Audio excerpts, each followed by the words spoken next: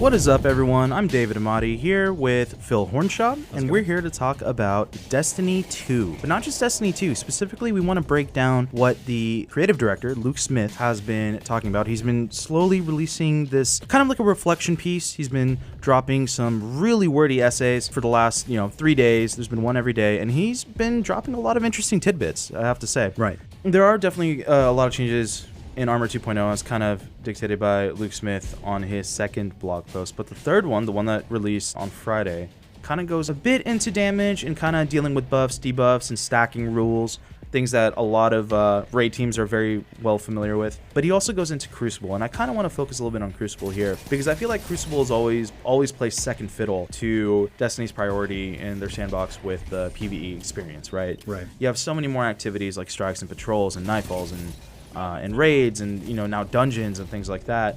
And Crucible got very streamlined in D2, where they almost went this Overwatch route, where they just went, here's a quick play, and then here's a competitive list, and there's different game modes. Yeah, and we'll see you in a year, right? We'll give you Trials of the Nine, and Trials of the Nine will disappear, and we won't talk about that.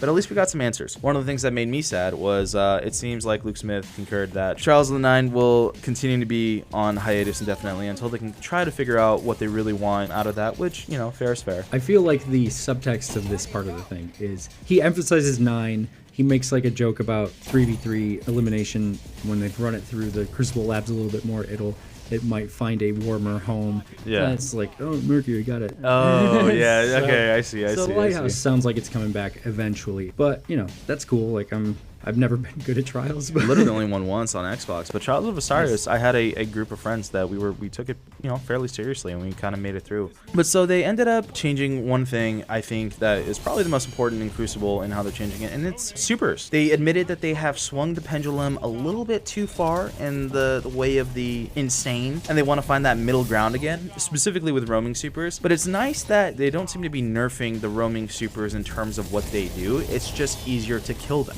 if you're on the receiving end. Which is fair. Fair, please. I think that's very fair. I mean, golden guns are already easy to kill if they don't get you first, because they don't get any damage resistance. Right. I've popped my goldie before, missed some really bad shots that I shouldn't have missed, and I get punished for it, right? Yeah. Which, as it should be. It shouldn't just be this like invulnerable moment where you can just curb stomp someone just because you happen to save your super for like a choke point or a control zone or something. I have a tendency to pop mine like around a corner. And then no one's there. No one's there, and then killed by the other guy that you forgot about. I know that feeling. Well, I don't know why I'm so bad at it. That's why I run Blade Barrage, because it's much harder to screw up. Yeah, sure. One other thing that they're changing that's pretty important, I think, in how Destiny 2 operates, but Destiny 1 fans will definitely remember it, is heavy ammo is going to be communal. Everyone can surround that one heavy brick, someone can activate it, and everyone gets their heavy. Although it's going to be, you don't get as much ammo, I think. They're kind of reducing it. Right. They're bringing heavy down a little bit, right, so that you're not going to just like wall up everybody with your hammerhead. And they're changing it a little bit. It's not going to be like Destiny 1 where ammo appears in your pocket when you're nearby. Right. It sounds like you have to go. You have to interact, you right? have to click it as well. Totally. Yeah, exactly. So it'll still be chilling there, even if one of your teams does it. So you'll have a chance, but you have to be like on the ball about it. Within reasonable distance, exactly. So I kind of like that sort of mayhem-ish approach to it, and I do think that communal heavy is going to be a good thing, because beforehand you would have what? You would have like one player not even playing anymore and just like waiting by heavy for like 45 seconds. Yeah.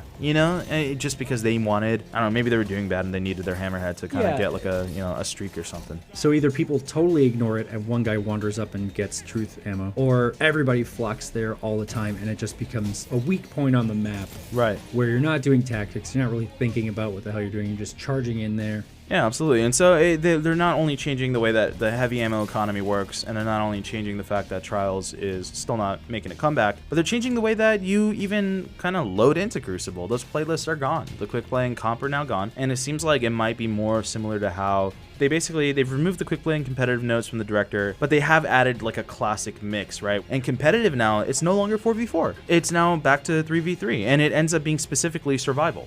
Just because they got rid of 4v4 from the regular thing, that doesn't mean it's gone entirely. It's going to be like on a weekly rotation. 6v6 too, it sounds like. For the most part, 6v6 is kind of being weeded out of this a little bit. And I have your weekly 6v6 to bring those modes back, and then Control 6v6, like the default version of Destiny 2 PvP. is going to be its own thing. Like that's going to be the way Luke explains it here is that when you look at Crucible and you've never played Destiny before, 6v6 control is the one you go play, and that's where you learn in. Right, but one thing also, they've removed some underperforming maps from matchmaking. What does that mean? What does that mean? Which maps were underperforming? How do maps underperform? Yeah, how do they underperform, right? I don't because understand. isn't it random? Like, how do they? Well, I mean, like, so they don't like they're looking probably at the heat maps and the way engagements work and figuring out like, okay, this is designed in a way that's not being utilized. With changes to supers and changes to heavy ammo and stuff, like that's probably all the same line of thinking, right? To like get maps to be more utilized in different ways and provide you different tactics and stuff. So we have a lot of good stuff that we were able to talk about in regards to power changes, super changes, Crucible changes. Let us know in the comments what you're excited to see and what you're hoping to find out more for Shadowkeep, and stay tuned to GameSpot for all the news, reviews, and gameplay videos on Destiny 2 Shadowkeep. Thanks, guys.